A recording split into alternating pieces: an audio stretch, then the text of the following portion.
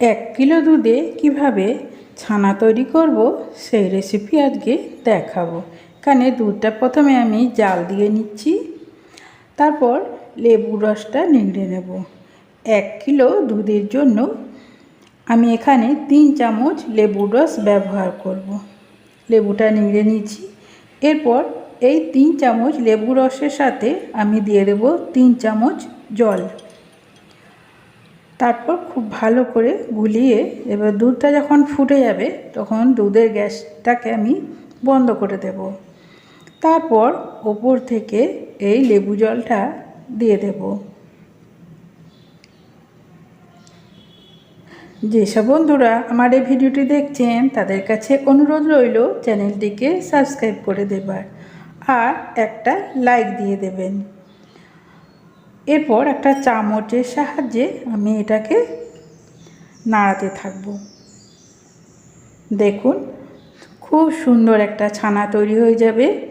আমরা মাঝে মাঝে কী করি, বেশি করে লেবুর রস দিয়ে দিই, তখন ছানাটা ঠিকঠাক হয় না, কিংবা লেবুর রস কম হয়ে যায়, তাতেও হয় না। আর এই লেবুর রস দিয়ে ছানা কাটালে ছানার মধ্যে একটা মিষ্টি গন্ধও ছাড়ে, আর লেবুর রস দিয়ে ছানা কাটালে ছানাটা স্বাস্থ্যকরও হয়।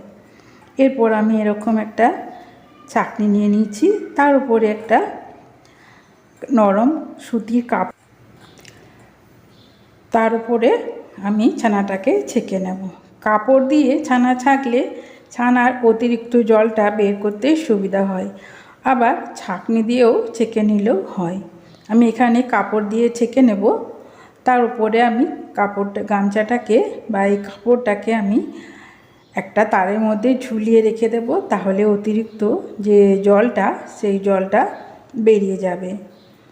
আর যদি এই পনির বানানো হয় তাহলে এই ছানাটাকে আরও 2-3 বার ধুয়ে নিয়ে চেপে রেখে দিলে এটা পনির তৈরি হয়ে যাবে। তো আর এইভাবে করলেও দেখবেন সুন্দর, দেখুন কতটা শক্ত হয়েছে ছানাটা। আর এই ছানা দিয়ে আজকে আমি টাটকা পটলটা রান্না করব। আর দেখুন আমি এখানে ছানাটা দিয়ে দিচ্ছি।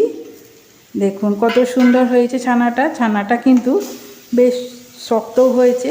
আর এই দেখুন আমি খুন্তি করে কাটছি, গুলা হয়ে যাচ্ছে না।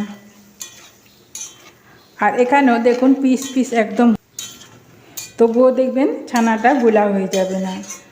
আর তরকারিতে এইরকম ছানা বানিয়ে তরকারি করলে স্বাদও খুব সুন্দর হয়। আর তরকারির এই গ্রেভিটাও ছানার মধ্যে ঢুকে যেয়ে দারুণ টেস্টি হয়। দেখুন কত সুন্দর।